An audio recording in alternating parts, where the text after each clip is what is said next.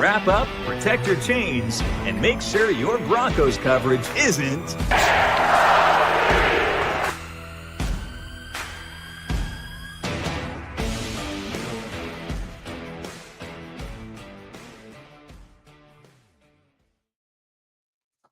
Yee Haw! Hello, listeners. We welcome you back to the In-COM-PLETE podcast, where your coast-to-coast hosts provide you with news, coverage, and opinions of all things Denver Broncos, plus anything that is on our minds. I am Ty, and I'm joined by my wonderful co-host and best friend Kelly. I do have to say this. All those in favor of funding Kelly's trips to see Broncos games, say aye. Aye! Yes, the first half of the Battles versus Texas teams went very well, and you were there to see it live. Oh, it was glorious. Oh, glorious indeed. Got to see, there was an interesting stat that we'll probably talk about here in a bit. But before we do begin, how was the trip to Denver? It was fantastic. It's always fun to be at Mile High. I think that's my 9th in-person game, and my record is 6-3. Nice. And my Mile High record is now 2-2. But in both those victories that I've been at Mile High, the other team sat their quarterback. That's how bad we were beating them. Oh, yes. So, it was a great time. We were sitting right by some Cowboy fans. We were not aware, Leo and I, how hated Trayvon Diggs is at the moment in Dallas. Didn't know that either. Yeah, because when we said, well, you guys don't have Diggs, they'd go, oh, he's a garbage anyway. And we're like, oh, okay. But and then someone finally did clarify he hasn't been good since his injury. So maybe it's kind of been a long time brewing. And since I'm no longer in the Dallas area, it's not stuff I've heard. Like I usually, like in years past when it was just kind of all around, so I couldn't miss it. A lot of fans mad at Jerry. Oh, I believe it. Like this seems to hurt the Cowboys more than other losses. Like they are so mad at this 28-year losing streak. And they say all the time, Jerry bought the team and did these horrendous things, and we haven't won against the Broncos yet. And okay, but you won some Super Bowls and some other things, so maybe pump the brakes a little bit. But the older Dallas fans were really upset at losing to Denver specifically again. Because they haven't beaten us since they won their last Super Bowl, if I'm not mistaken. So, yeah, I actually realized I forgot this stat last week. They haven't won in Denver since 1993, I think is what I heard. Yeah, it's even longer in Denver, but it's still 8 games. Yes. Like it's 8 straight games, which is it's only recently we've played them every 4 years. Yeah. So,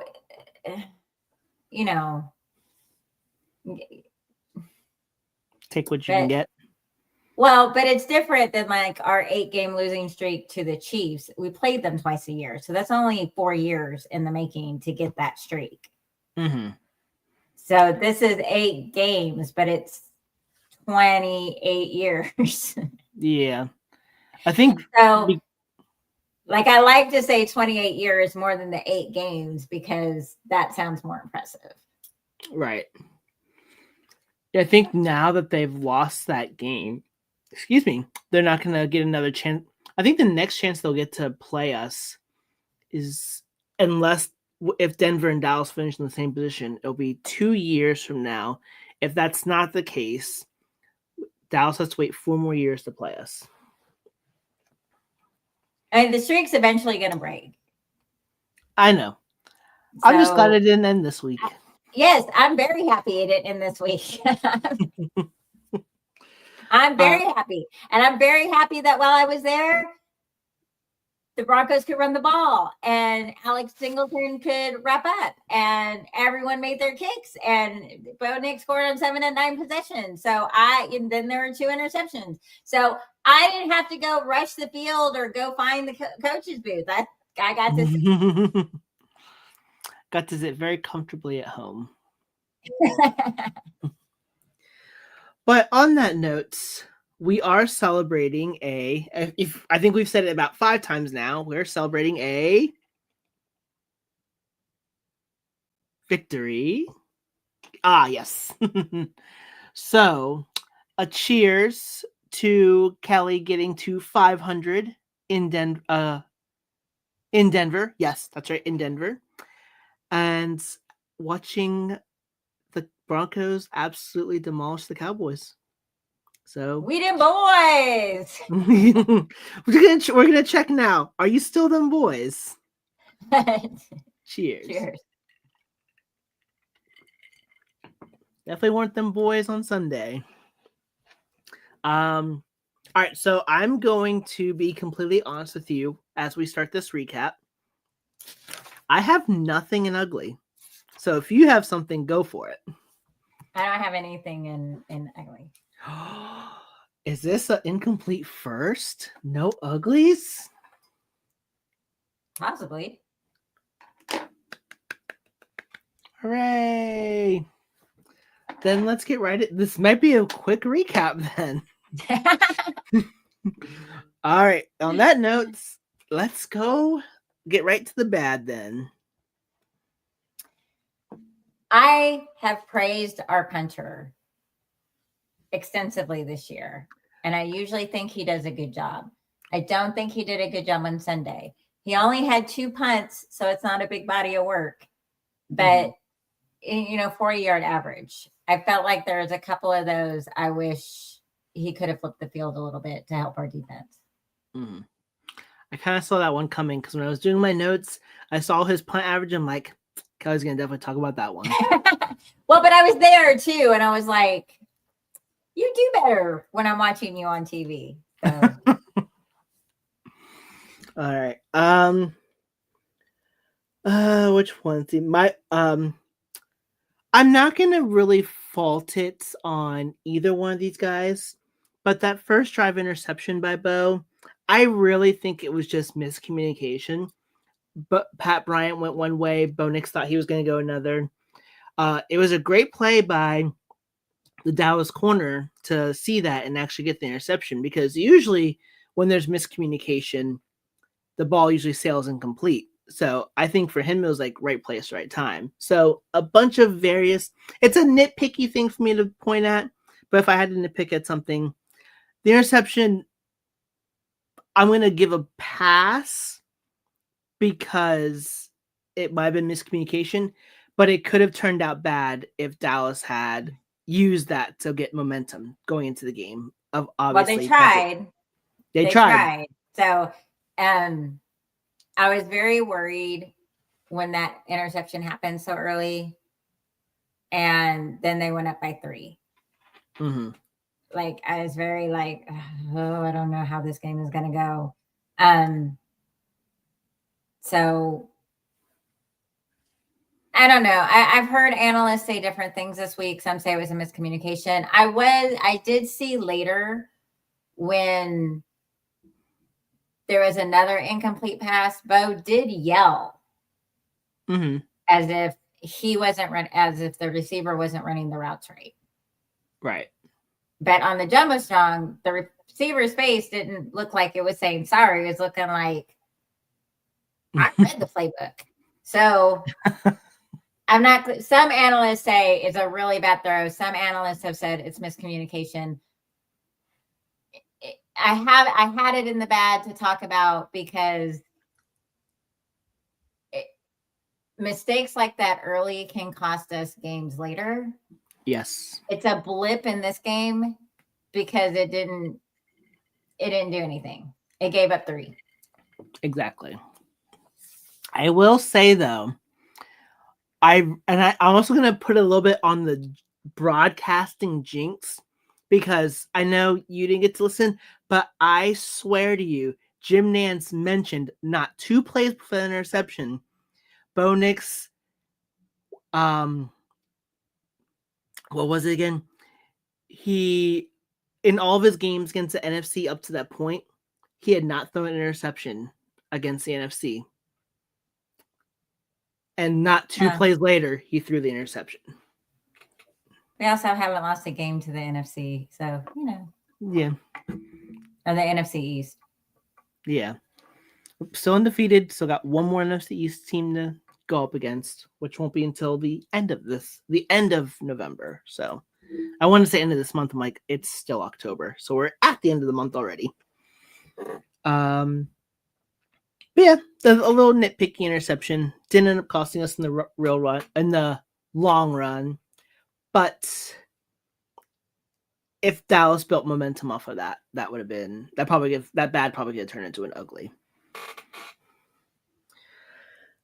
Any other bads? I still have penalties on here. Mm-hmm. Now, 2 penalties were complete BS. Yep. The first PI, the back-to-back PIs on Riley Moss. The first one was PI. It's ticky-tacky PI, but as we all have seen this season, Riley Moss is going to get flagged for ticky-tacky PI. Oh, yeah. It didn't matter. The second one was total BS. Oh, yeah. And the ref who throws the flag is behind them and can't even see. Mm-hmm. But CeeDee Lamb points, and then the flag gets thrown. Yep. Also, the touchdown that got taken away because of offensive pass interference was another BS call where the Dallas guy ran into the player. Yeah, that one I'm like, what was the receiver gonna do in that situation? Like the Dallas guy kind of pushed him into, and that's the second time this season that has happened. That if I can just let my defensive guy run into one of the receivers, I got a defense for you. I got a winning defense because no one's ever going to be able to complete a pass again. Yep. So those 2 were complete BS. So Riley Moss's was like a yard. Yeah. Because they'd already been moved like to the 1 yard or it may have been half a yard at that point since they were back to back. I don't remember. I remember where they were, but they're still. I mean, so even if you take 7 for 42 yards, which is not as egregious as we've seen. Mm-hmm. So it didn't feel like the laundry fest that it feels like on TV. Right. Plus, a lot of the flags were against Dallas, and that was fun. Yes. But still, I still think we have a penalty problem. I still think we have in close games against better teams, our penalties are going to be a problem. Yeah. I mean, I think it was a good thing that the penalties were cleaned up to some extent, but with calls like that, it was a good thing that we were up against a team that was just horrendously bad on defense and an offense where we had a good defense to at least slow them down a little bit. And so I think if it were a team like, I don't know, like the Eagles, that probably would have been a problem. Which we know with the Eagles game, we were called for a lot of penalties. But I'm just thinking about we still have to play the Chiefs twice, and the refs always throw in favor of the Chiefs, and we're already coming in penalty heavy. Yep.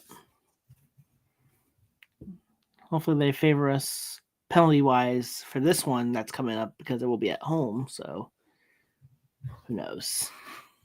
But it's the Chiefs. You never know. So the penalties kind of tied in a little bit into what my next fight was going to be, and it was the Broncos defense on that first drive after halftime, where they allowed 13 plays for 65 yards. That took up about, I think it was 9 No, I don't think it was 9 minutes. Yeah, I think it was like 7 to 9 minutes of game time, but it was kind of helped out by the 2 Riley Moss INTs. Pass interferences. Like, oh, that means that wouldn't have scored. So again, a ticky-tacky one to call bad on because it didn't make that much of an impact at the end because Denver literally on the next drive, Marvin Mims takes it down to near midfield and Denver kicks a field goal to keep it within a high 2-possession game.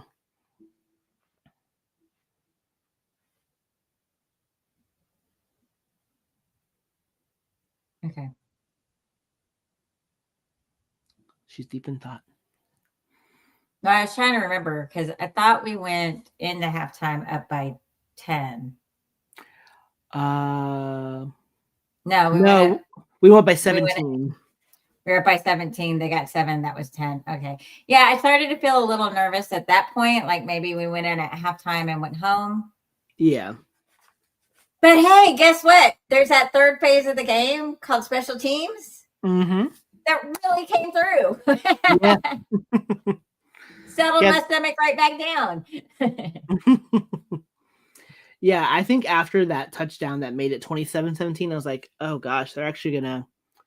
And then especially after hearing on the broadcast, like, oh, Surtain's is still in the locker room, like, oh no, this is gonna be bad. That means they're gonna attack Riley Moss and do this, that, and all that. And then to be only down by up by 10, I was like, oh boy. But that that Marvin Mims return after that, it's like, okay, I feel a little bit better now. And then kicking the field goal kind of like helped a little bit because at that point, I think it was at that point, Dallas was like, okay, this is how this game's going to go. And me and the fans in the stand at that point were talking about on that drive about starting to 2 o'clock. Yes. So, I mean, Section 309, we were right. There you go. The only other bad I have, and we'll cover this here in a little bit, and I actually really just mentioned it, the PS2 injury, which we'll get into more discussion on that in a little bit. But before I move on, do you have any other bad? No, that was it. All right. Then yay, we get to move on to good. And we're only 18 minutes in. But when you put a complete game together, there's not as many bad and ugly. Yes. Which I will go on by saying that I think that was the most complete game you had. That's my first note. Most complete game. Yes. And it is so much more fun to watch a complete game from start to finish. Mm-hmm. It was like that, the TikTok I sent, like, how does it feel like going to the fourth quarter up by X amount of scores and not having to worry? It's like, oh, yeah, this is great.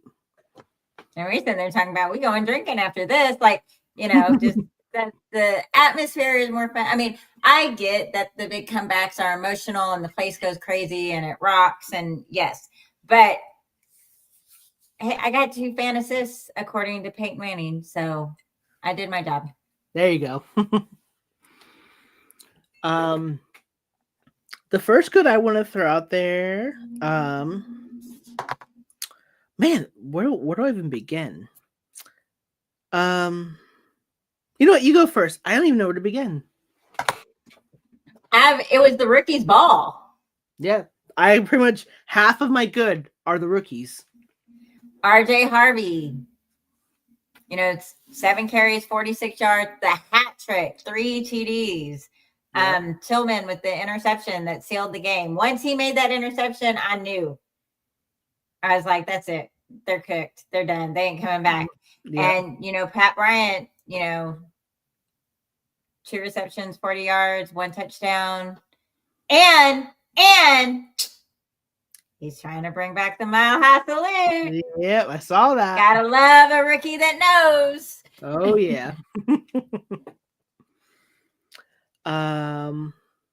You said Matt Bryant. You said RJ Harvey. All right, so I'll throw in the give it up to the Duck Dynasty connection. Troy Franklin and Bo Nix connecting for 2 touchdowns in that game. And in Yes, both touchdowns, in both touchdowns, Troy Franklin was wide open. Franklin, six catches for 89 yards and 2 TDs. So, yes, very fun to watch. Very, very fun. Sutton had a day. He dropped that touchdown, and that's the closest I came to storming the field. Man, they put a lot of security out on the field.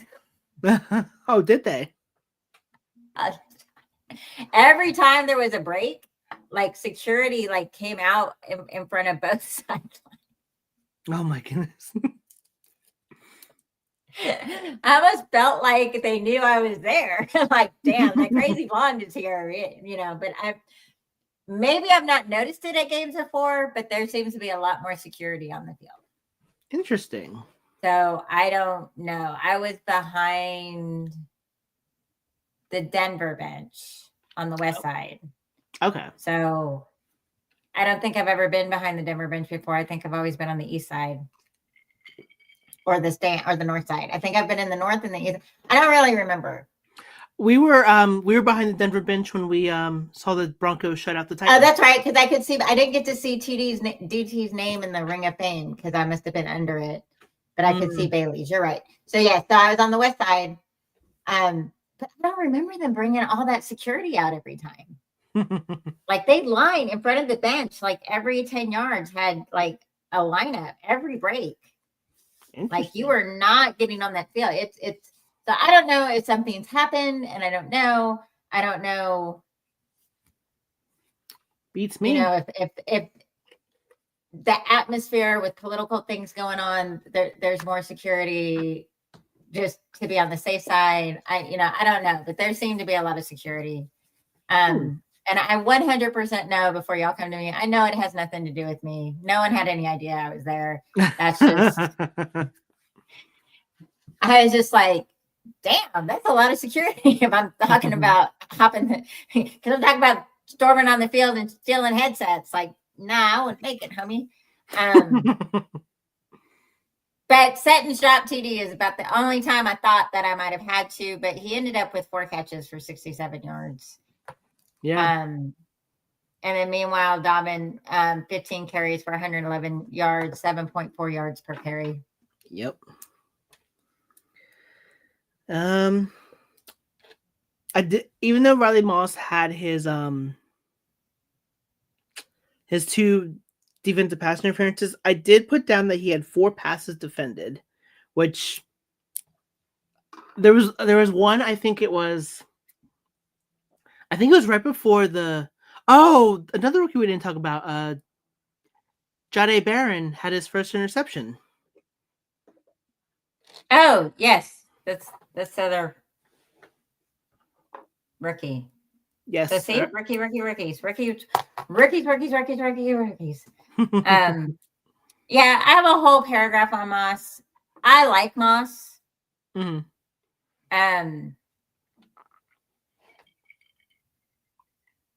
And people get so upset and want to fire him all the time. Mm-hmm. But quarterbacks have a 73 to 83.5 QBR against him. They do. He is the most targeted cornerback in the league. Mm-hmm. After this week. He has 44.4% catch percentage with at least 30 targets, and that's the lowest catch rate in the league. Impressive. This week, he had 11 targets. He allowed 6 receptions for 79 yards, 13.2 yards per reception. He allowed 10 yards after the catch. The longest one he let be caught was 35. He allowed 2 first downs and 1 touchdown. So Tolbert, the tight end, is the 1-for-1 for 35 yards and the touchdown. Mm-hmm. He went 2-for-1 on Pickens. Pickens, 1 catch, went for 8 yards. He went up against Lamb, had 5 times. Lamb got 3 receptions for 38 yards. There was 1 target to Flourney. He didn't catch it. And then 2 to Tarpon, who caught 1 for -2 yards. Impressive. So that's not bad. No. And then I'm going to say this because we all know that I love Talib. Talib wants a Moss jersey because that's how much he likes Moss and thinks Moss is a good cornerback. And Riley Moss is now wearing Talib's number, right? 21, yes. So the man who wore 21 and won a Super Bowl in it and was part of the no-fly defense wants a 21 Bronco jersey with someone else's name on it because that's how much he believes in that play. You love it. You gotta love it. Definitely. You love it. So I know I know Mario and some other players, some other podcasters, have put things out this week that said, if you hate Riley Moss, you don't know ball. We're going to hurt your feelings. I haven't listened to them all, but yeah, I get very frustrated with them because he does pull the shoulder pads. He does commit some of those PIs, but also he's still one of the best out there, and he's playing with the best out there. That's right. And I still think some of the calls are racial profiling. Leave Riley Moss alone. Leave him alone. Okay. The only other good I had left was the Broncos offense being very balanced. They had 57 plays, 29 passes, and 28 runs. Because nothing pleases my heart more than to see a very balanced Broncos offense. I have Singleton as a good. Okay. I figure since I call him out all the time, he was in on 11 tackles. Yes, I did see that. He wrapped every single one of them up. 2 individual tackles, 9 assists. He forced a fumble. I didn't have to find his car after the game. I will pinpoint on that fumble. That should have been Denver's ball. Yes, it should have been. And the I don't know what is shown on TV and what's not, but the crowd let the refs know.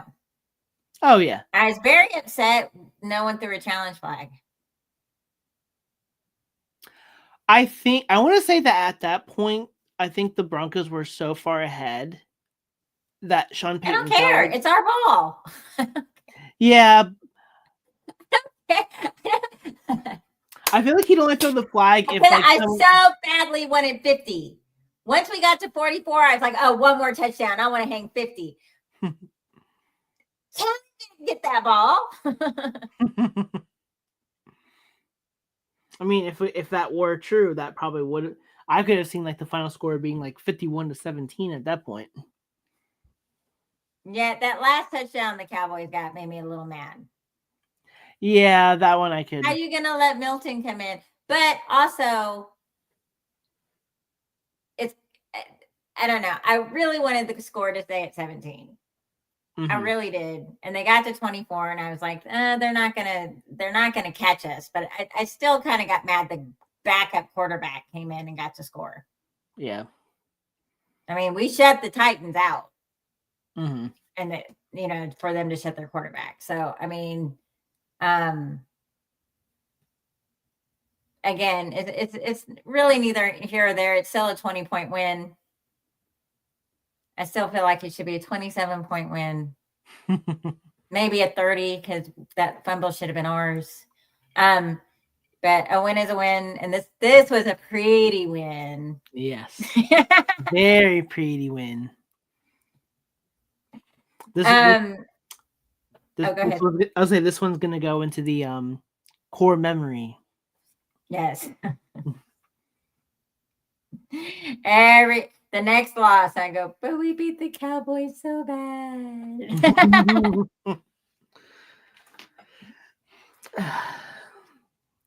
Fun. I have number 77's blocking. Oh yes. Yeah, because I didn't notice it until the replay. They showed the replay like on the RJ touchdown. And Tony, I think it was Romo that even mentioned it. Like he saw Quinn Miners go in, block the guy, step over him, keep running, and just completely plow the other guy. I was like, sheesh. So the defense overall, kept Lamb and Pickens. Lamb had 7 catches for 74 yards, Pickens 7 for 78. So they're both under 100 yards. They had no touchdowns. They didn't get to score against us. They had 2 INTs. I'm going to give them that fumble, even though the stat line's not going to. Dak went 19 for 31, 188 yards, no touchdowns, 2 interceptions, and 2 sacks. And Dak only had 8 sacks coming in. Yep. So he is not sacked a lot. And we got to him twice. So it kind of feels like a letdown because our defense only got 2 sacks. But they got 0. Yep. And Zach Allen is now first in quarterback hits. Yep.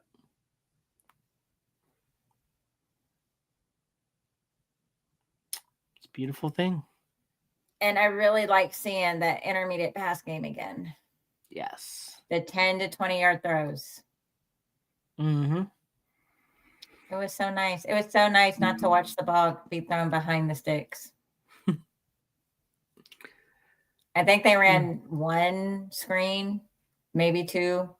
Yeah, I think it was like 1 or 2. Which our offense is so much better when we're not running when we're not running screens. So much better when we're not throwing the ball 3 yards behind the line of scrimmage and then having to go 13 yards instead of 10. Or 15 and then commit a penalty. Yep. Oof. Fun game. So beautiful. I loved it. It was fun. I love being at Mile High. I love being surrounded with my people. I love being with my son. A great time was had by all. Yes. Very great time. And I just want to reminisce this for like the next 15 minutes, but of course there's more we have to talk about. So putting this game into the core memory bank, and unless you had any other good. Nope, I already said we scored 7 out of 9 times. That's why, I only have the 2 punts to talk about. Yes. Oh, I did have the 1 stat. So I just thought of 1 stat. So during the 8-game winning streak by the Denver Broncos, they have and I think I've read this correctly. They have averaged in those 8 wins 42 points per game.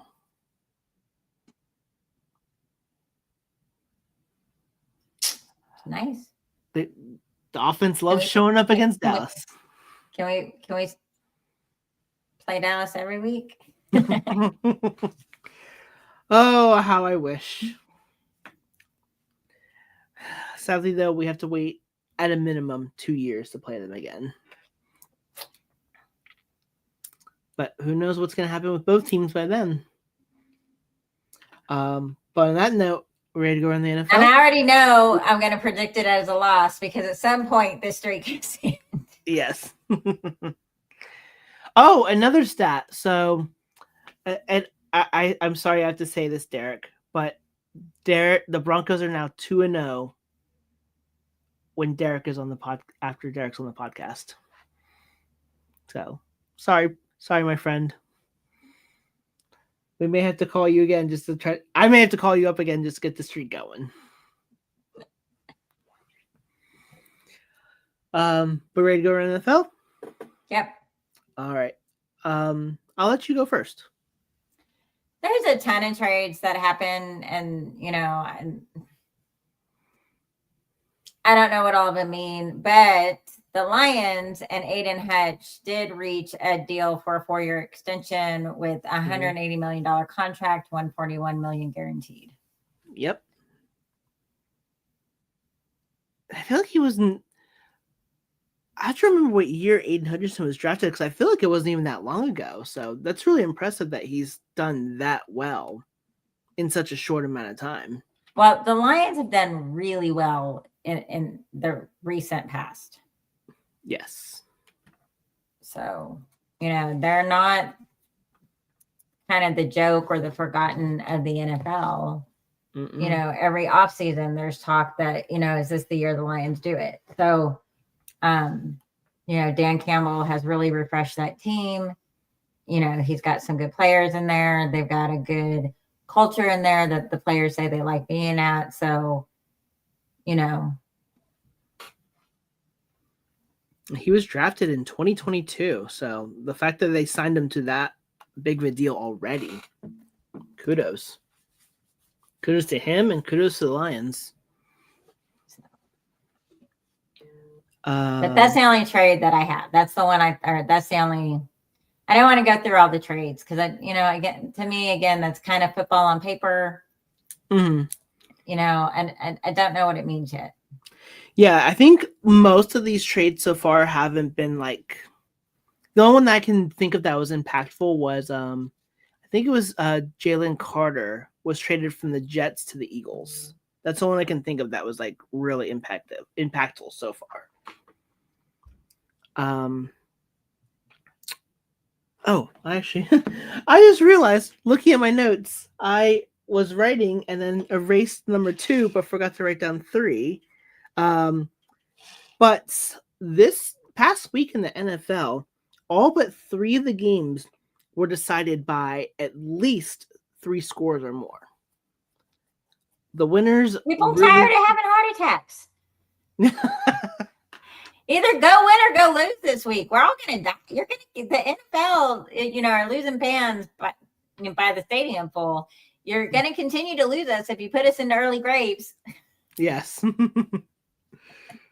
This is true. But this is, they keep saying it's the halfway mark, and it kind of is, and it kind of isn't because now it's an odd number of games.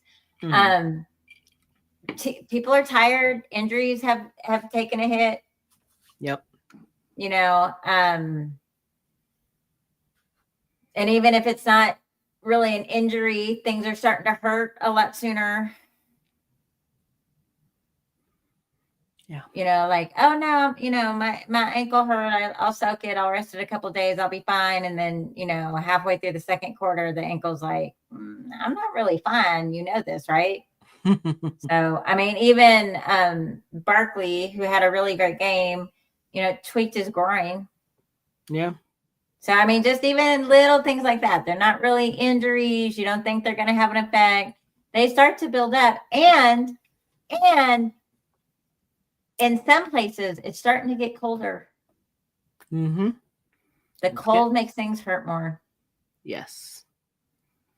I know that for sure because it's starting to get cold down here. So, I know like here it was 80 today. It's supposed to be really hot tomorrow. So not here. It's not getting cold yet. But in other places where football is played, and Denver was really nice. That, the sweatshirt underneath the jersey was just enough.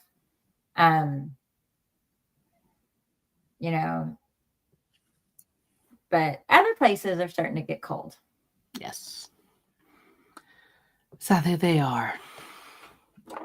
All right, you're up.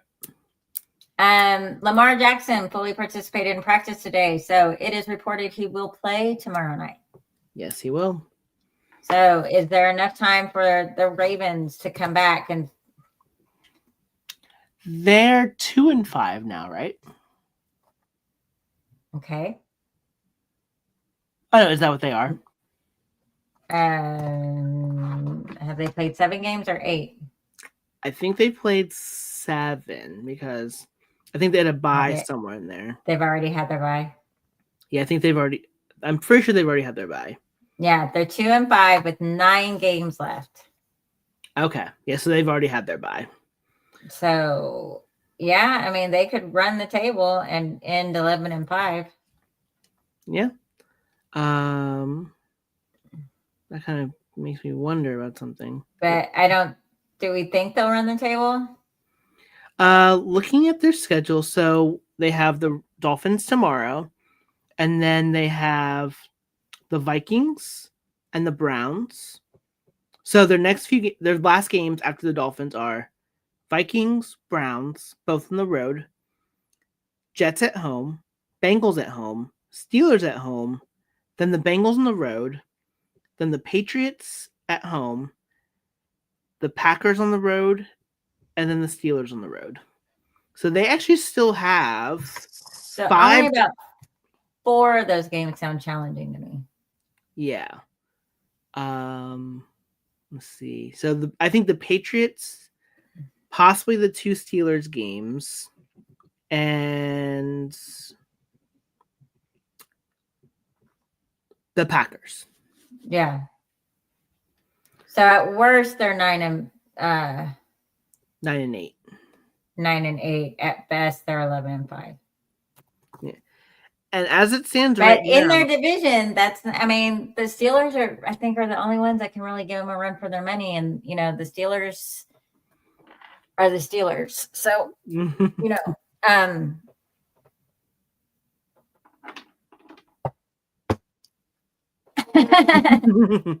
well, they could still win that division technically. Yeah, the Ravens are only 2 games back of the Steelers right now for that division. Okay. So, and they have to play the Steelers 2 more times. So, we'll see what happens. Speaking of victories, the Jets got their first one of the year on Sunday. They beat the Cincinnati Bengals. And when I tell you Bengals fans were completely beside themselves, that is speaking very lightly. Like it felt like Armageddon had fallen upon Cincinnati. Well, Ohio. I think, this is my problem. People is it time to talk about the Broncos making the playoffs? I don't know. And I'm coming off this great high where I just watched them put together a complete game and I wasn't mad at anybody.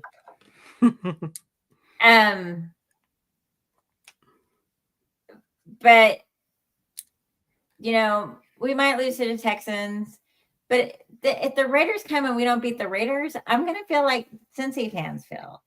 Cincy fans had Joe Burrow. They've been at the top of the AFC West. They've been in the AFC. They've been in the conversation. Can they get back to the Super Bowl? They've got Joe Burrow, T. Higgins, Jamar Chase. They're ready to go. And then Burrow's hurt and they struggle. But, okay, we're going to get Flacco. And Flacco comes in, wins a game. Okay, Flacco's going to hold us down. Then they lose to the winless team. Mm-hmm. Yes. Roller coaster. Yes. I would feel like Armageddon too. I'd feel like, this is just not our year. And, it's hard. And I've now had that feeling 9 seasons in a row. So it's hard. And especially since it took so long for Cincinnati to get into the talks. Mm-hmm. Dalton did really good his first, handful of years there. And then it kind of fell off and they were just in the middle of the pack all the time. Yep. So they've just reached this pinnacle where they're in the talks and in the off season, they're one of the teams to beat. They're up there, it's always, lately it's always the Chiefs, the Ravens, the Bills, Cincy. Mm. Now suddenly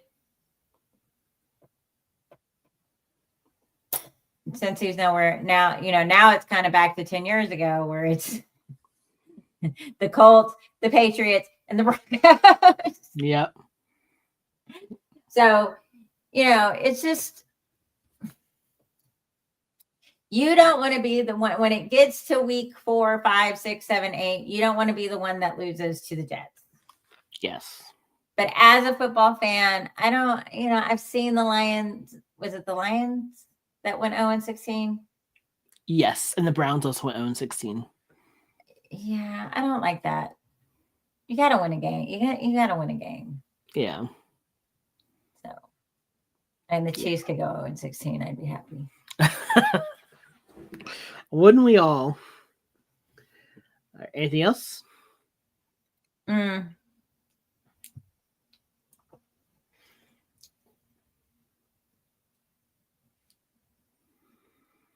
I did not see the Vikings game. Mm-hmm. But Wentz is going to IR. Yep. He needs season-ending surgery. Yep, I've got that. He was writhing in pain on the sideline, and the broadcaster was criticizing him for showing emotion. Do I have that right? That's news to me. I didn't even hear that. Oh, yes, because I've seen TikToks where you can hear and go, as the veteran quarterback, you just can't, you got to be a better leader than that. You can't show that emotion. I mean, if the broadcaster had known that he had been in pain since October 5th with that shoulder, I think he'd speak a different tune. And I also, we talked, Derek talked about last week malpractice on Jerry's part. Yes. For Dallas. But how are you letting Wentz play with that injury? Might be some malpractice there as well.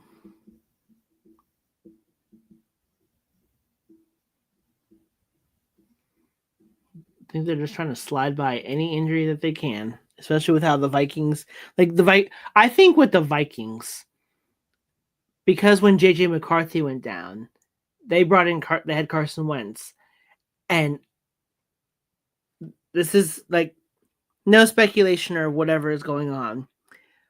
I think their hope was that the injury wasn't serious enough that he could at least hold off until JJ McCarthy came back.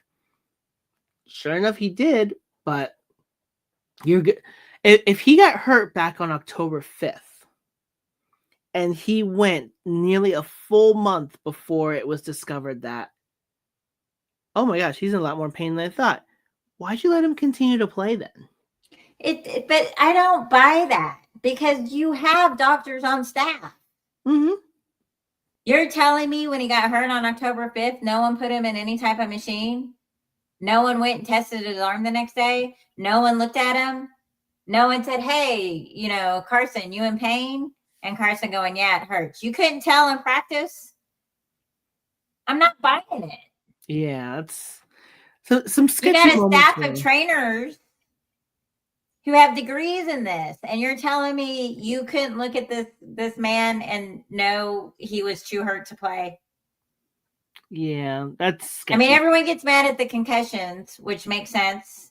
Mm-hmm. But to me, this is the same malpractice of when someone has a concussion and you just go, okay, you want to play? We'll let you play. Whatever. But this is even worse. I mean, I don't know. I feel like injuries aren't being really handled well this season. And I think that's speaking very lightly. But there's something will probably come from this, if anything. But speaking of, I hope so. I feel very bad for Carson Wentz. Yeah, he's been because his bad play the last couple of weeks has not been bad play. It's been I don't have a fucking shoulder, and I'm out here throwing the ball. And I saw highlights, and every time he threw that ball, he's wincing in pain, and no one thought to say, hey, buddy, what's going on? Nope. have nothing to say. The NLPA needs to get on that. Yeah. Can you still send letters to the NFLPA? I mean, you can send it. I don't know if they read them. I might try that. I mean, the address is public. I mean, it's a PO box. Mm-hmm. But I mean, yeah, we'll see. Speaking of injuries, and I don't want to talk about this, but this on Sunday, we saw probably the most gruesome injury this season, and it pains me to say it because it came. The guy that got hurt was a rookie that had so much positive influence in the locker room, and now he's gone for the year. And I'm not going to divulge too much into detail here, but Cam Scatterboo dislocated his ankle this past Sunday against the Eagles. It was so bad that he needed emergency surgery in Philadelphia to take care of it.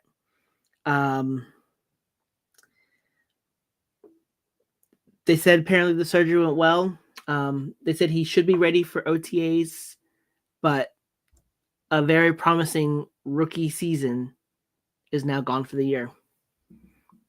And when I saw it, I was like, I can only look at it once. And I was like, nope, I don't want to see that ever again. Yeah, we Ron showed us the alert as we were walking around before the game. Excuse me. I mean, football's a hard game because injuries are a part of football. Hence why I scream about depth all the time. We have to have depth. Yep. Because injuries happen. I know this injury is hitting Giants fans hard because there's some controversy about how it happened.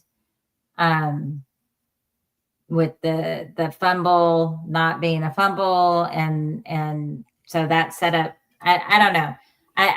Again, I wasn't watching the game, but somehow that fumble not being called a fumble set up for Scatterboo to be hurt.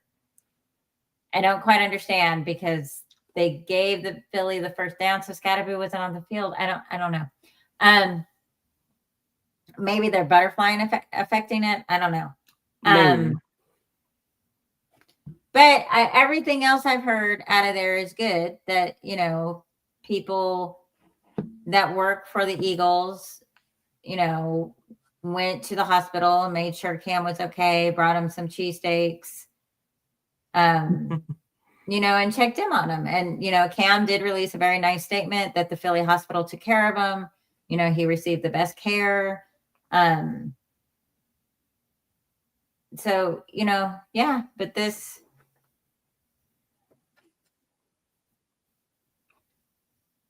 It's more interesting to me now to follow Dart when he didn't have his number one running back. Yeah. And then he's going to have Tracy to work on, not to work, as his new running back, basically. There was something that kind of jogged my memory about it. Oh, maybe I heard wrong. Like someone, so Philly, as someone that lives in the Philadelphia area, I can't tell you the amount of times that you don't even have to play the Eagles every year or twice a year. You can only play them every 4 years, and they'll still boo you and this, that, which I know is part of the game. But on Twitter, there was a lot of praise for Eagles fans because they were all giving Cam Scatterboo, a player who plays on a division rival, a standing ovation, which I mean, that's how it's supposed to be, really. But yeah, I mean, Philly is a place I don't really want to go see a game. unless it's like, Philly and the Cowboys, and maybe, I can root up against the Cowboys a little bit, and I'm in neutral colors. I don't look like a football fan. I look like someone that got dragged there, and, I don't know how to act at a football game. Because those fans are just notoriously mean. They are. And I know they're not the only fan base to do it, but they're the only fan base I remember hearing of, packing batteries and snowballs and throwing them at players. Yep. Now, Raiders just throw their beers. And, and it used to be bottles before, plastic cups became a thing. Yeah. When you look at John Madden's Raiders, the black hole back then was throwing bottles of beers and cans of beers at players. And, I don't think they'll ever live down booing Santa Claus. No. They're just not ever going to live that down. But, Philly is not really a place I want to go and be an opposing fan or known as an opposing fan. So, yeah, it is nice. It is nice to see sportsmanship. I know you did it, but there's still a very big difference between me going as a lone female and you going as a male. Fair. So, it's nice to hear that there was some sportsmanship on display. And yes, that's how it should always be. But it is news when Philly does it. Yes. All right. Anything else from around the NFL? Other than our game of the week, I should say. Nope, I just have game of the week. All right. What's your game of the week? Chiefs at Bills. Yeah, that's what I have too. Okay.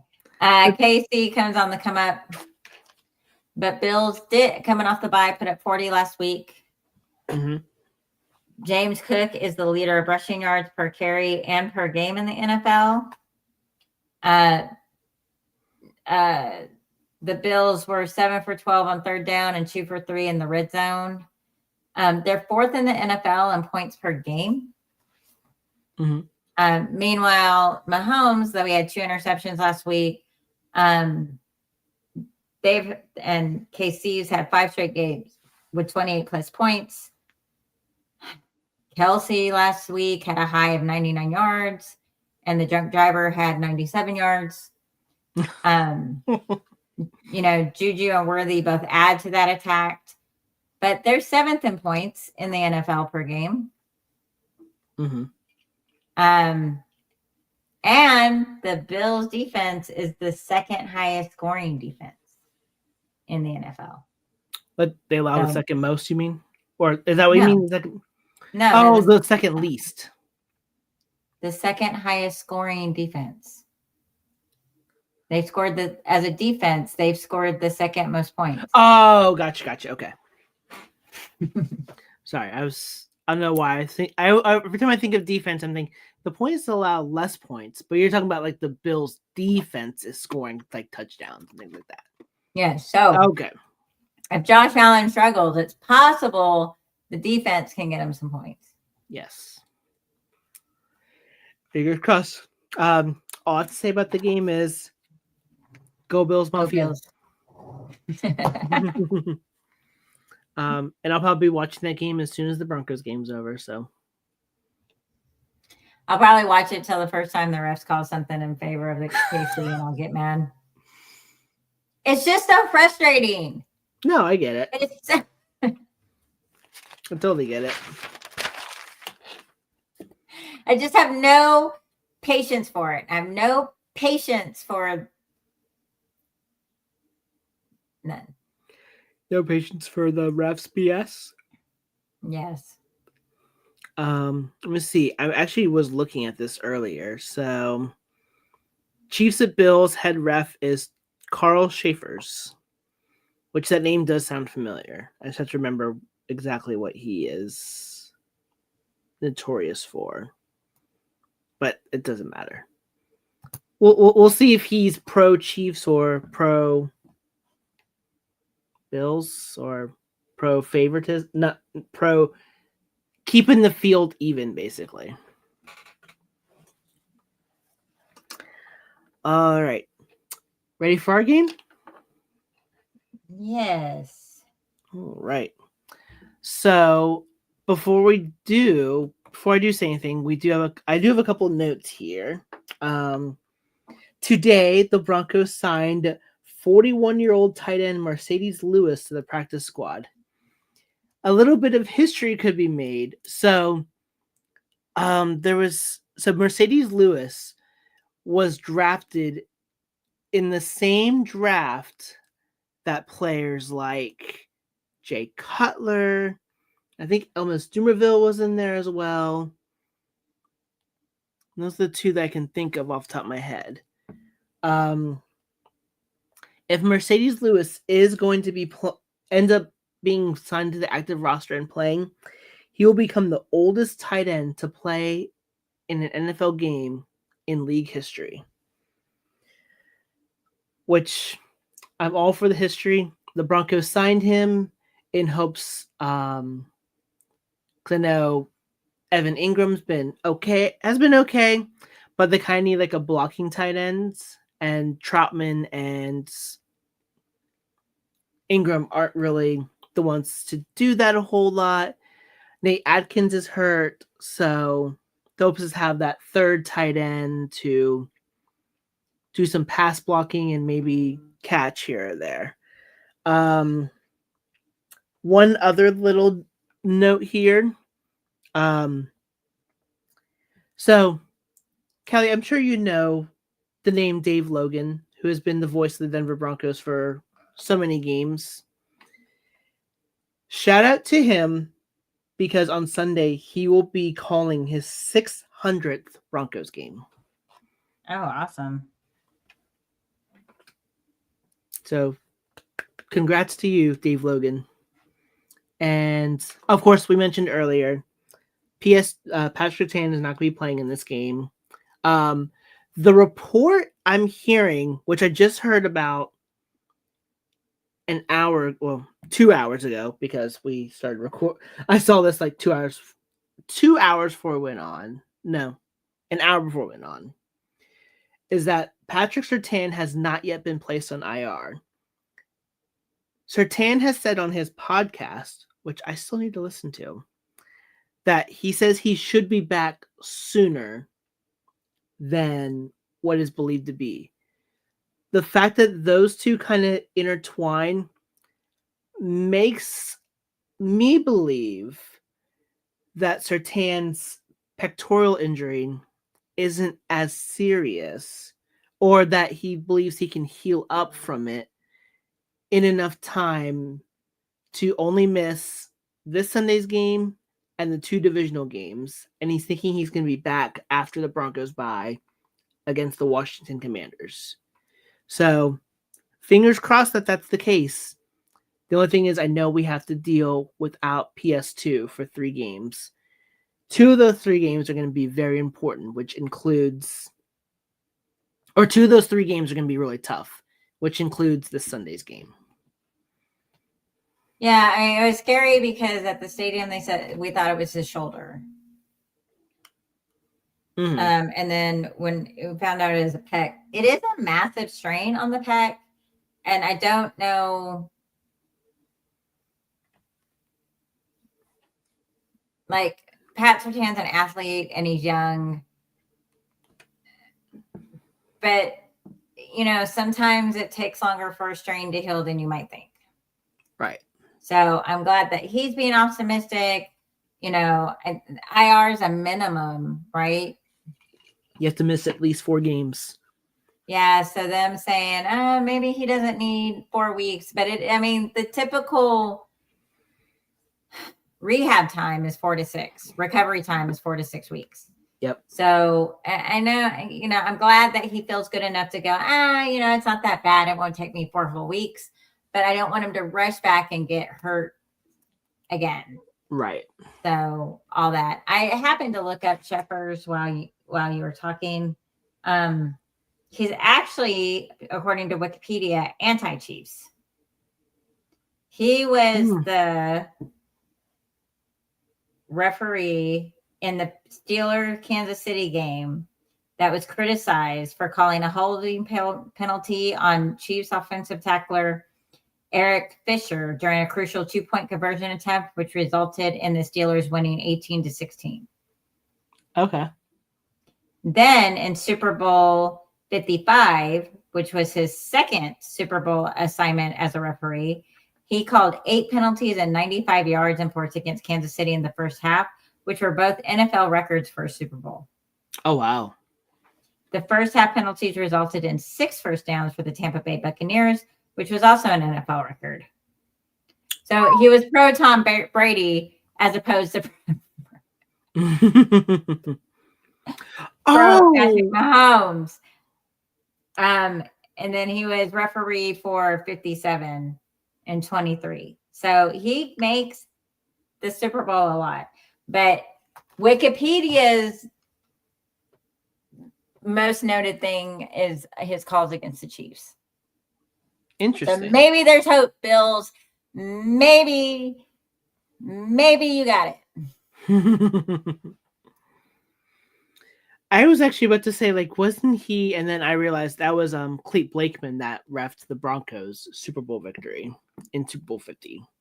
Because I was like, wait, I was thinking because the 2C names is like, wait a second, but no, I was right. It wasn't. It was Clete Blakeman. The other Super Bowl he wrecked was the Brady's comeback against Atlanta. That's right. Yep. So squirrel moment. Broncos versus Broncos at Texans. So Texans are coming off of a solid win against the 49ers. I saw a little bit of that game. I think it was more San Francisco messing up than. Actually, no, I shouldn't say that. I should not say that because I'm going to jinx the team. That's going to be a huge problem. So I'm going to stop right there. Houston is 3-4 this season. They've kind of gotten off to a slow start. But they do have, and I did hear about this yesterday, that they have the top defense in the NFL right now. They do. So we are going to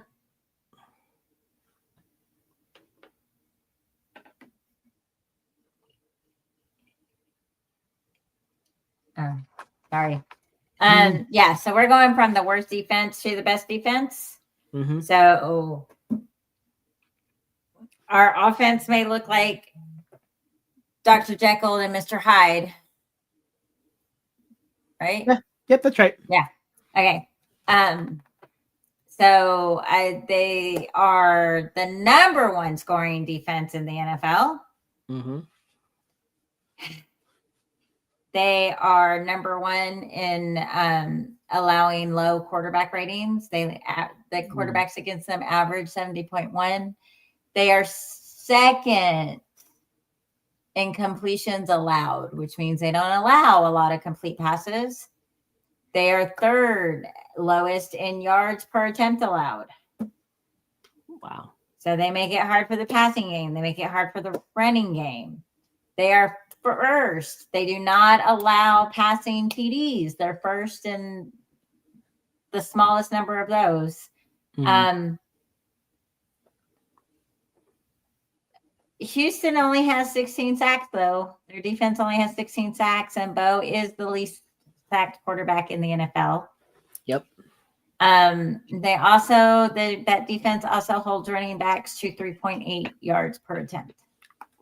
Yep. Very, very tricky. So a little scary because yes, we look really good, but we played a couple other really bad defenses and we didn't look quite as good. Right.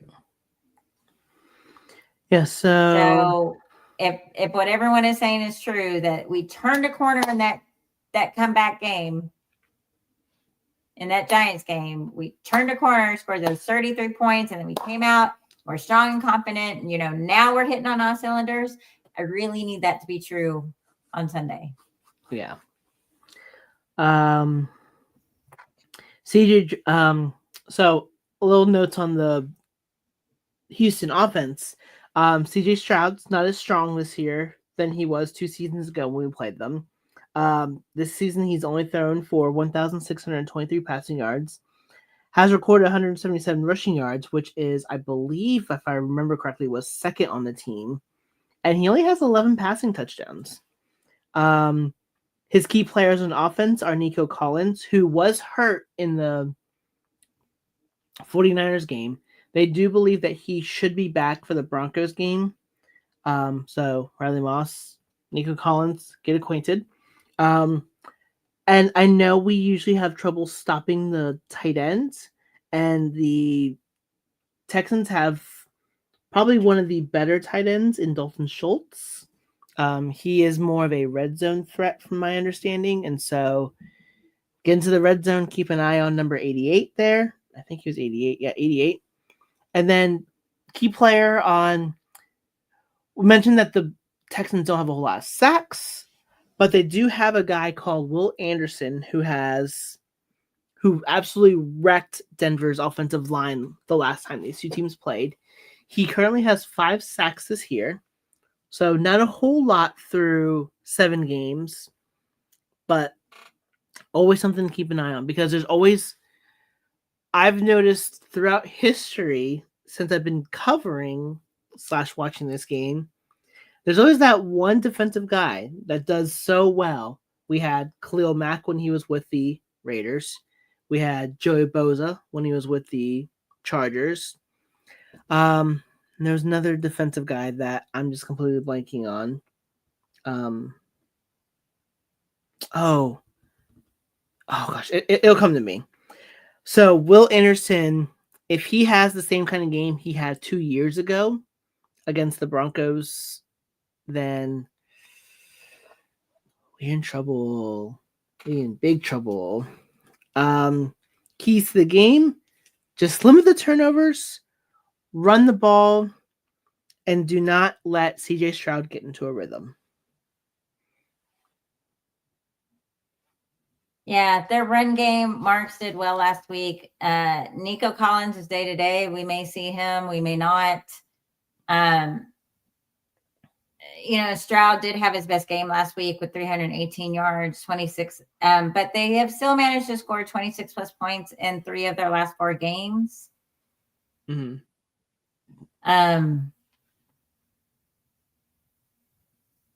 That doesn't make any sense. It says 91 out of 6 on third down.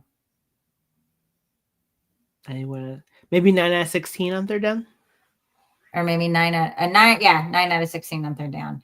So, and I complain a lot about our third down defense, defense, and especially our fourth down defense. 4th and 2 and gives up 13 yards. Okay.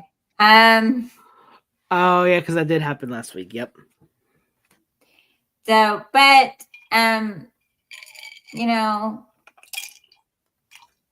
we're the second best in red zone defense. I'm hoping that it continues. X factor of the game, because we did talk about him a little bit with his complete demolition of the two guys on the way to RJ Harvey's touchdown. Quinn Meinerz, because I'm pretty sure he'll be tasked in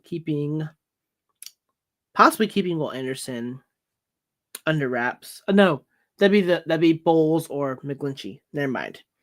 Key matchup will be him, Anderson versus Broncos O-line, and then Dalton Schultz going up against. I have to rely on you to remember this name again. Hufanga.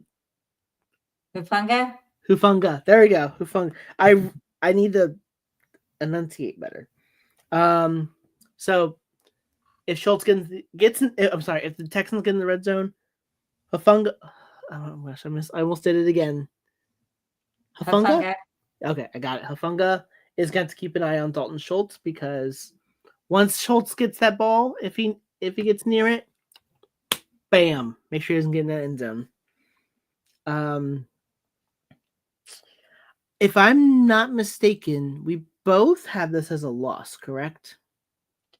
Let me check. I think I have it as a win. Okay.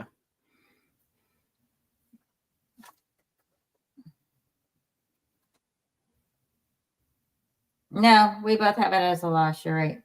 Okay. So are you keeping it that way or you changing tune? I am, because I changed it the 2 weeks prior and we barely got by. Mm-hmm. And I said, I'm not changing it because the last 2 times I've changed it, we had heart attacks and we had a really great game. So I'm not going to change it again in hopes that we have another really great game. Fair enough. So I had You know that joke, I'm not superstitious, I'm a little stitious. little stitious, yep. I'm big stitious. Big stitious this week. Fair enough. Well, always, like, I was surprised no one hit me up and said, "Oh, look, we won even in the jerseys you didn't want us to wear." I am big stitious. I just believe in things like that. So, I changed my pick the previous 2 weeks, and then we had those, heart attack wins, which I'm very happy for. But we had the heart attack wins, and then I said, "No, I'm not changing it this week because the last 2 weeks I've changed it. We've had to have crazy comebacks, and look, we had a really great game. So I'm not going to change it again, and they can just have another really great game." That's fair.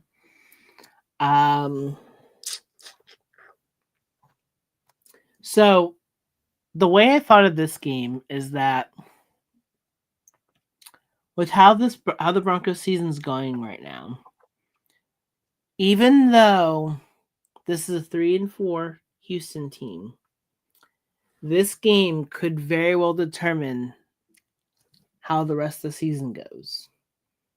I think I was listening to Dave Logan, and I think he said something along those lines that like this could be one of those games where we look back and like, oh, this is where things started. We can go from being a wild card team, being one and done, and being elevated up to divisional / championship games. Not saying it's going to happen, but this could be the game that we look back at and think about that. With that said, though, I did have it as a loss, and I just feel like we've won 5 in a row. I would love for it to be 6 in a row and go 7-2. I just think this Houston game is going to be a little too tricky to really predict and to come out with a victory. There's some kind of weird mojo with this game that just doesn't make, not that it doesn't make sense, but that there's going to be at some point where Denver is going to have to come back down to earth. And it pains me to say that. And I don't want it to be against this team because this could be the difference between Denver winning the division, getting a home playoff game, to getting a wild card, getting the bye, just all that. I feel like just all that could happen. And I feel like it's just not going to go our way. I hope it goes our way. But I've also noticed that we tend to struggle a little bit every time we play Houston in Houston. Not the last time I went to Houston. I know, not the last time you went to Houston. I know that much I do know. So then maybe we'll fund a trip for you to go to Houston, so that way I feel a little bit better about it. Yeah, I only have PD on Monday, and I'm only watching videos. I could do that from here. No.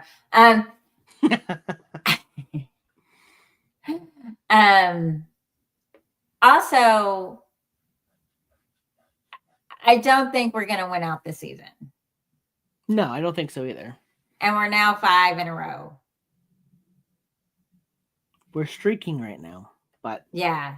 So again, at some point that has to break. So yeah. I prefer it I don't know that I prefer it in Houston, but I really don't want it to be to the Raiders. Yeah, that too. And it could also be a way of like, all right, we need to like get a quick adjustment because we have to play the Raiders on Thursday night, a week from tomorrow. So I think the best bet would be because I'd feel a lot, and it just feels weird to say. I feel a lot worse losing to the Raiders than to the Texans. But I do think Yes. it's gonna be a low scoring game. I just think some way, Houston's gonna pull it out. I hope I'm wrong, because as you know, I've been optimistic pretty much throughout the season so far. But it's like I say all the time, I'm happy to be wrong. I thought we'd lose to the Cowboys. I thought the streak would end. I'm very happy I was wrong. Yes. I'm fine being wrong. But going into the game, I'm going to have my opinion and I'm going to think what I think. And I'm going to have all my big additions. Because hopefully you trade Gigantic additions. Because, that's just who I am. Yeah. That's fair. So, fingers crossed that they get the win. But Yes. we're going into this one thinking that it's going to end at some point. I'm going to cheer loud and scream and, scare the cats and, everything else. I'm going to hope. I'd be happy if we ran the table, got into the playoffs, swept the playoffs, went to the Super Bowl, finally won a Super Bowl. Nothing could make me happier. Absolutely. Just, Yeah. Just gotta hope. But on that note, that's all. Go ahead. I have something else. I haven't been the biggest Bo Nix fan. Okay. And I haven't had to make as many apologies for him as I've made to as I have for other quarterbacks in the span of our podcast. Okay. But I'm getting really tired of him not getting credit for being the best in class. Oh, I saw that Akib talked about that at some point this week. Well, a lot of people talked about it, and everyone tries to say, well, Jaden Daniels is really better. He made it to the NFC Championship game. Okay. Yeah, okay, whatever. Was he at the Super Bowl? No. Okay, so you win a couple games deeper into the playoffs, whatever. And you have to look at his division. Yeah. Versus ours, versus so I've looked up some more stats. Okay. He has the most TDs between so it's Nix, Daniels, May, and Williams. Okay. Williams has 31. Drake May has 34. Jaden Daniels has 40. Bo Nix, 52.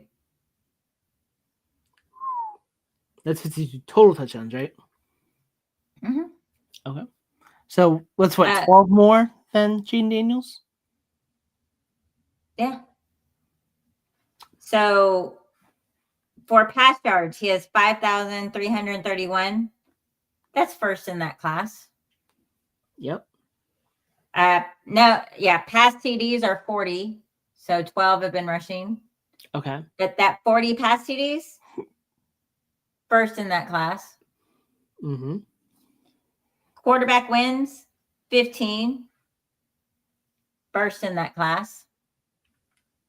He also, I saw the stat that he has now won 16 games in his first 25 starts. And that ties Elway and Manning's record as Broncos. Very nice. So, when Lieb said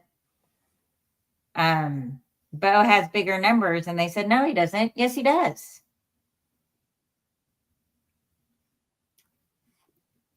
So Nick's has 5,578 yards to Daniel's 4,599. Nick's averages 220 yards per game, 7.3 yards per attempt, while Daniel's averages 209 yards per game, 6.5 yards per attempt. And Nick's even has more turnovers. 17 interceptions and fumbles to Daniel's 10. Yeah, so that's one thing that Jane Daniels is.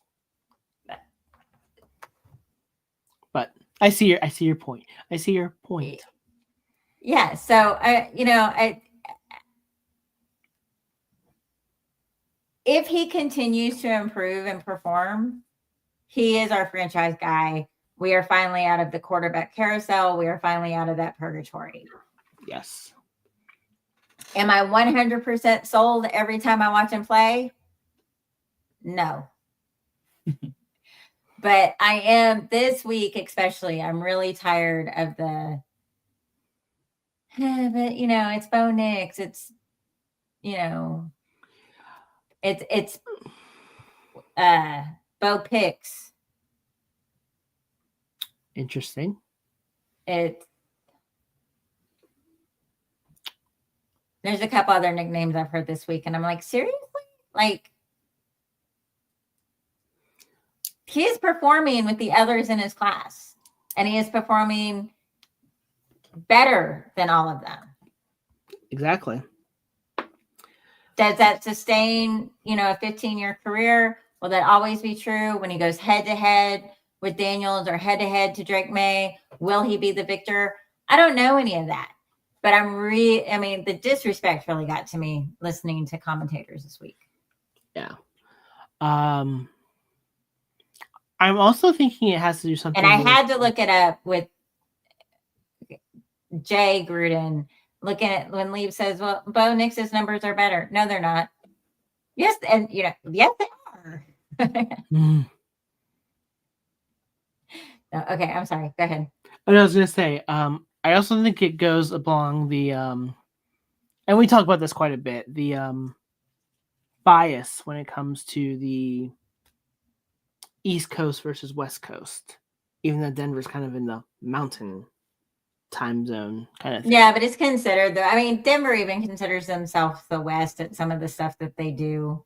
Yeah. Their big introduction to the Cowboys, they said from 660 feet of sea level, the Dallas Cowboys, let's show them what the Wild Wild West is really like out here. So Denver plays into that they are the West. Yes. I know they're in the mountain time zone, but, and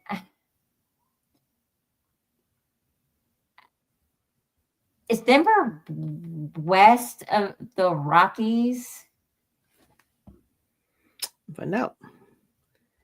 I think they're like inside the Rockies. Let's see. Well, yeah, I know that's a silly question because that Rocky Mountain range is right there and does it run through Denver? Looking right now. Oh, this is not a good map. Geographic map of the U.S.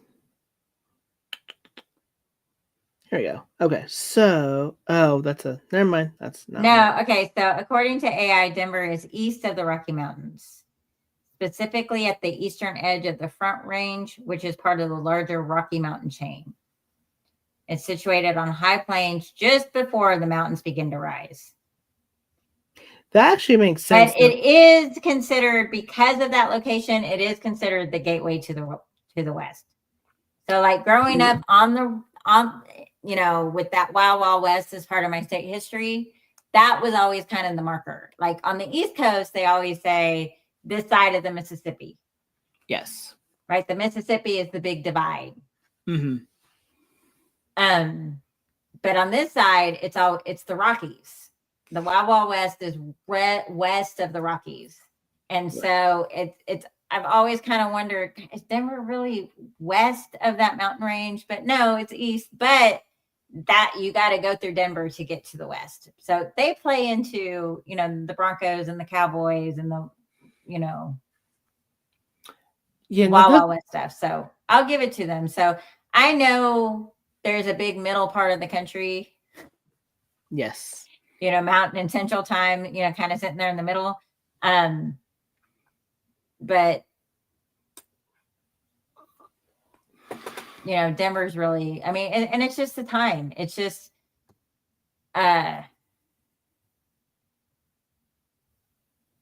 it's only 7 compared to the East Coast 8.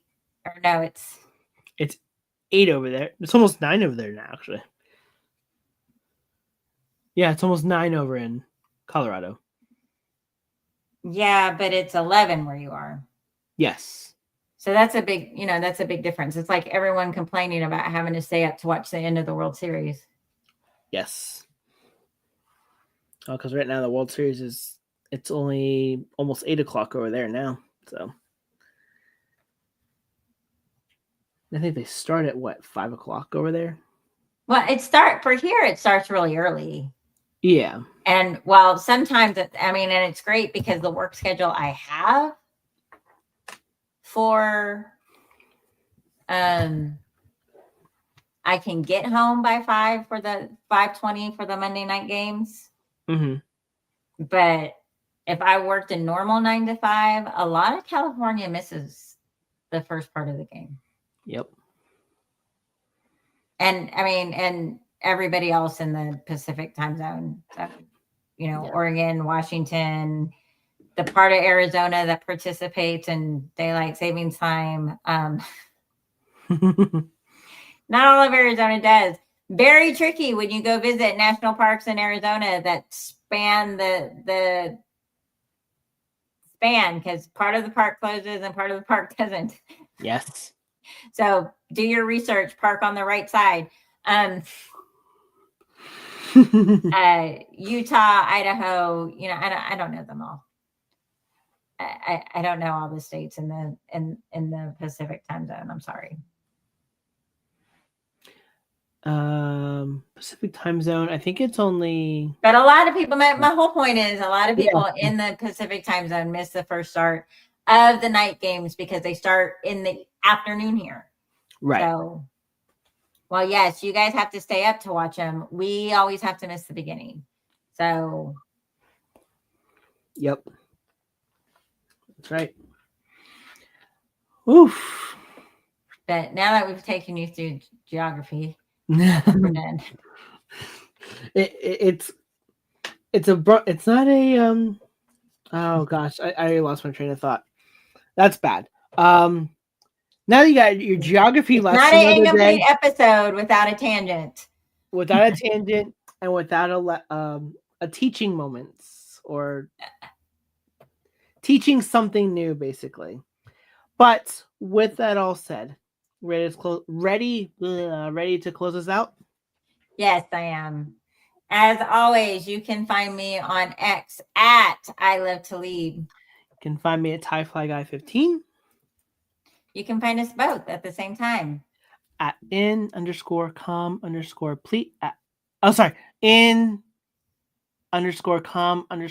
in_com_plete_2. Sorry. Because there's 2 of us. We are also on Instagram under that. Mm-hmm. And all those DMs are wide open for you to slide into with song requests, challenge flags, topic requests, guest requests, questions, comments, and or concerns. We are very happy to have a discussion with you if you disagree with us, as long as you are respectful. And as always, when sliding into someone's DMs, please stay clothed. However, if sliding into DMs, if sliding into someone's DMs is not for you, you can reach us at email in_com_plete@outlook.com. And then we are live here on YouTube every Wednesday night. 9:15 my time, which is Eastern time zone, the least favorite time zone in my opinion. 8:15 Central Time, 7:15 Mountain Time, which most of you are from, which starts the best time for sports, and of course 6:15 p.m. Kelly time. If you are able to watch us at that time, which I understand, middle of the week, it's a school night or work night, we are still always available on Apple, Spotify, iHeart, anywhere you listen to your podcast. It's always available within 24 hours after we are live here. So if you want to listen to us on your commutes, you can always listen to us on, really at the earliest, Friday. Or hopefully we're on by the time that you go home for your home commutes. But all I ask is that you leave us however many stars you want, leave a review, because I know we're not everyone's cup of tea. Kelly is A shot of whiskey. Yep. But the comments and the reviews do help because we love doing this show. But if you don't tell us what you'd like to see change, there's nothing we can do. And we can't help you. But one more thing. For those that do celebrate, happy Halloween. I will be passing out some candy to any trick-or-treaters they may have a Halloween parade to go to at school too, so that's going to be fun. Any Halloween plans for the co-host with the mo-host? No, as an elementary school teacher, no, there's Halloween at school, and then it's just trying to get through the day. And I'm so happy it's on a Friday. And then we don't have students on Monday. Students have Monday off while we have professional development. So hopefully by then all their candy is gone. And the parents have dealt with it. I always buy a bag to pass out, but it has been years since we've had trick-or-treaters. Mm-hmm. So I buy a bag because I feel guilty. I go, you're going to get someone that knocks on the door and you're not going to have candy. But so I have gotten to where I only buy one bag. Gotcha. So, but in Texas, we lived right down the street from the elementary school. So kids were in the area all the time. We had 200-300 trick-or-treaters every Halloween. So, there's just lots of candy, lots of water bottles, lots of Capri Suns out there to hand out. Especially because the end of October is still pretty warm in Texas most times. Mm-hmm. So yeah, my light will be on. If you want to come trick or treat, I'll have a candy for you. But otherwise, I'm just kind of like, okay. I've not ever really loved Halloween. I loved getting the candy.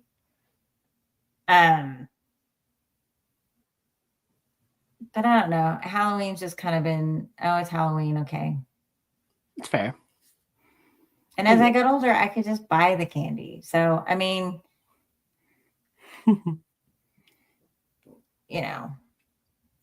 have friends that, it's their Christmas. They're just all in on it all the time. They can't, I even have a friend that on May celebrates Halloween.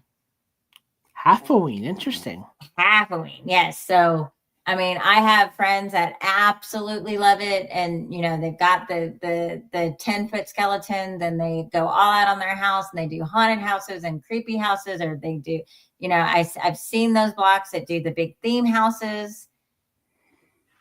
Okay. I just want the candy. I don't know. Understandable. Totally understand. But on that note, and until then, and until next time, go Broncos.